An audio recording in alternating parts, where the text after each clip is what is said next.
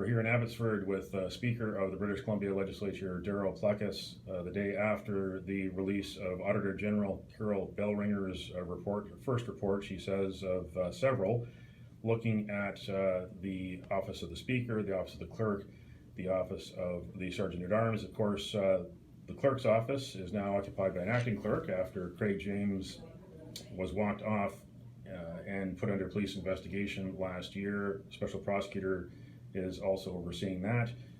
The Sergeant-at-Arms is still suspended. Gary Lenz, similar situation. Allegations of corruption the RCMP are investigating.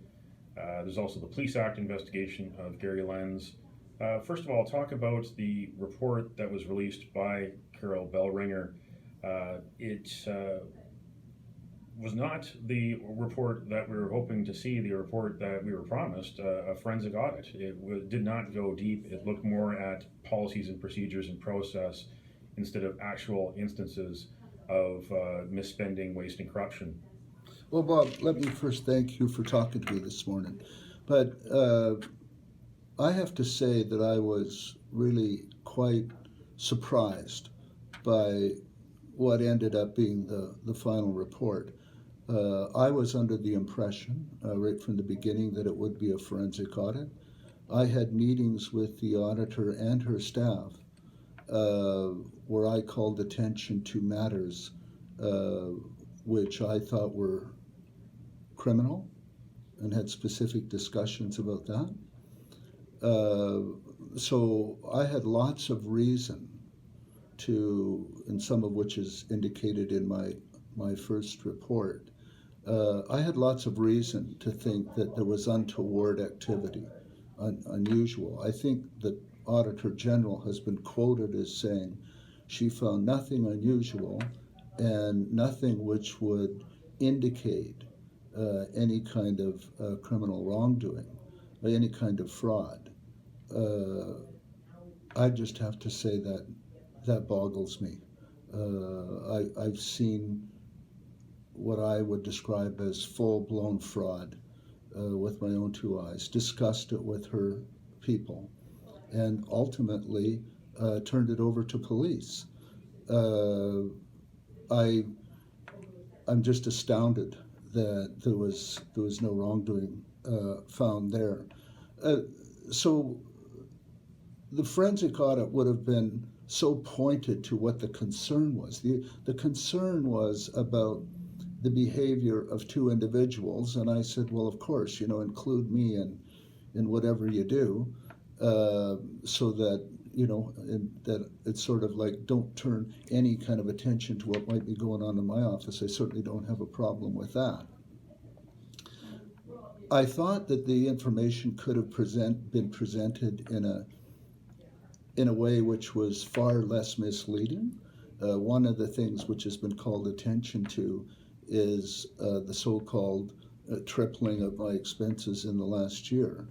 One would have thought that somebody would drill down on that. Somebody would look at it and say, well, gee, how much of that is related to speaker travel, and what was the speaker's travel, rather than this global expense to the speaker's office. And by the way, let's look at that against what we know about spending in other offices. There was no attention called to that.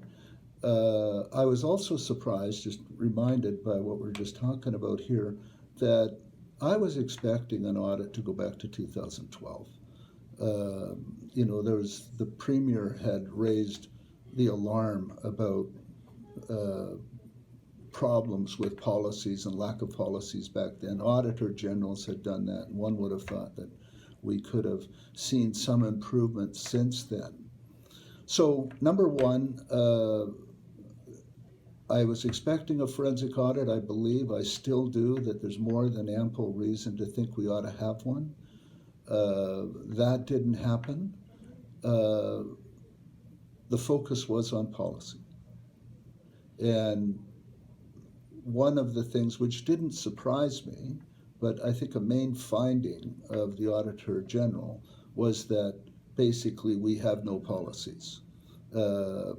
There's it wouldn't matter what you're looking at. It's spending in any manner of form, we don't have safeguards in place. I would say that finding is worse than any other finding we could have come up with, because anybody who understands corruption in organizations would say that is nothing short of a candy store for corruption. Like, if you want to facilitate, enable, allow people to do things, engage in untoward behavior, what better way to do it than have no policies at all? So then one can say at the end of the day, well, there's certainly no criminal activity going on here because there's been no violation of policy. And we've already heard that. Like, the problem is not with the behavior of the individual. The problem is the behavior of the people who should have had policy. Well, there is no policy. So if you're in the command module, well, why have policies? So, what's also interesting, not only did she find that we don't have policies, remarkably, the minute the leadership changes, the minute we have a new clerk, literally within a matter of a few months, we have a whole series of policies, and I have to commend the acting clerk on the spectacular job she's done in pulling all of that together so quickly. But one has to ask is, well, how is it possible to do that so fast? Literally in a couple of months, when you could go 7 years and not have one. With all the oversight, where were the people who should have been saying, excuse me, you don't have any policies? Excuse me, there's no safeguards? So I know a number of people have suggested that, oh, gee, it's not as bad as the Speaker let it on to be. I'm saying, could it be any worse? Could the situation have been any worse? As a taxpayer, I would say, yes, I'm outraged. People should be outraged. How on earth did we let this happen? And of course, what's also remarkable is we've had the report come out and still no attention to that. The attention is to, being critical of my office. And I think it's a little more than just saying, gee, can we look at this again? No, it's more than that. It's the positioning of those numbers in the report. It's the immediate attention to that as opposed to anything else.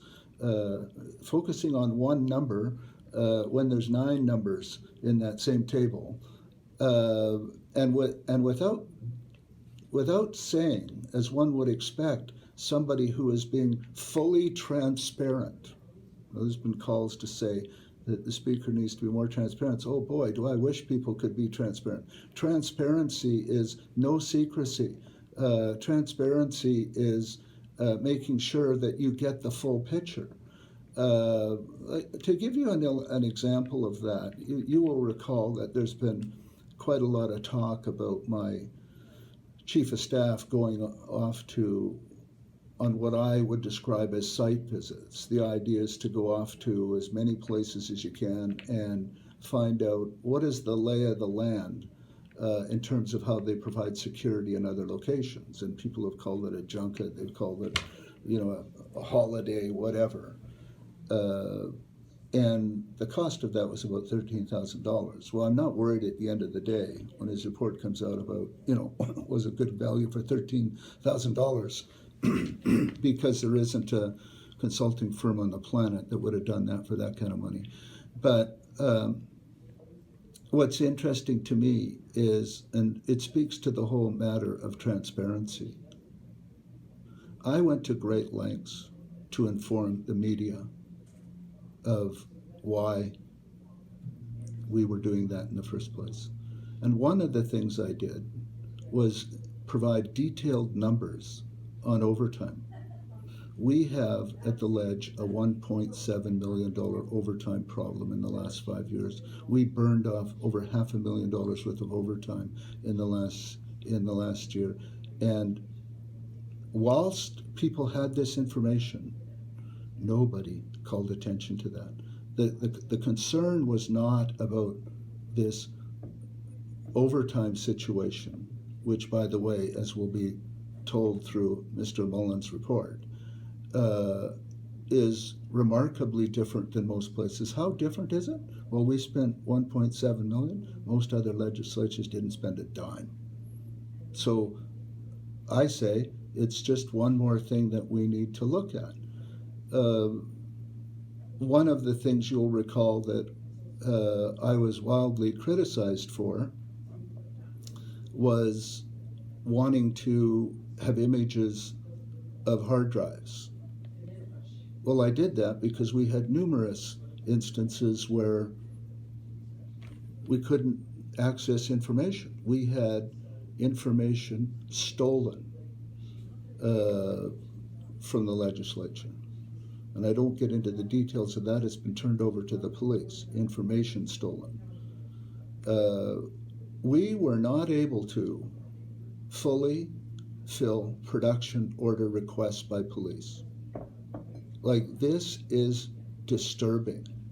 Like, how is it that for months on end, regardless of what police are asking for, we have, what, for one reason or another, all under the umbrella of so-called computer glitches, we can't do it. We can't fill it. So one of the things I'm going to be asking for is an audit of the IT system. But whilst, that should have been obvious by, all of the difficulties we were having in meeting these requests and being a guardian, like the public would also expect, taxpayers would expect that we would safeguard information.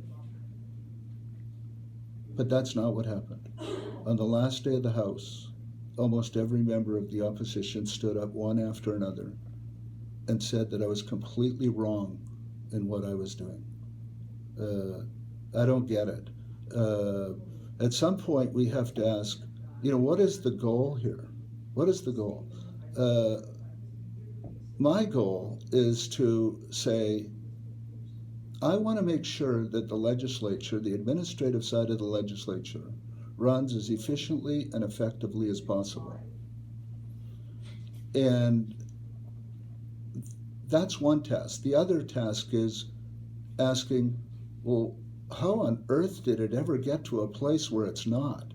If you put it all together collectively and say, gee, you have problems with your IT system, you have no policies, I think a person ought to be saying, what is going on here? And here we are, a year later after the clerk and the sergeant at arms walked off the property, and we're not answering that question. We're not asking that question, other than people like yourself have asked that, but generally it hasn't been asked from the corners of the legislature that it should have been asked. Shouldn't she be doing her own thing regardless of what the other investigations are, as long as she's not compromising anyone's ability to do their work? She wouldn't have been compromising the McLaughlin investigation because that had already happened. And I was a bit surprised that she explicitly stated that the clerk and Sergeant at Arms were cleared of wrongdoing, I think, from the McLaughlin investigation, something to that effect, that they'd already been cleared. And I thought, whoa, for an Auditor General to say that is a bit surprising, because the Auditor General is saying, I'm basically taking my cue from somebody who's not an auditor.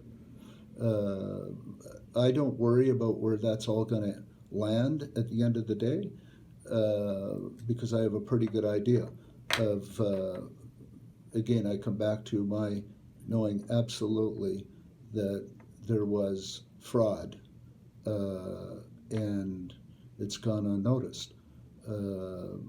I don't blame McLaughlin for that.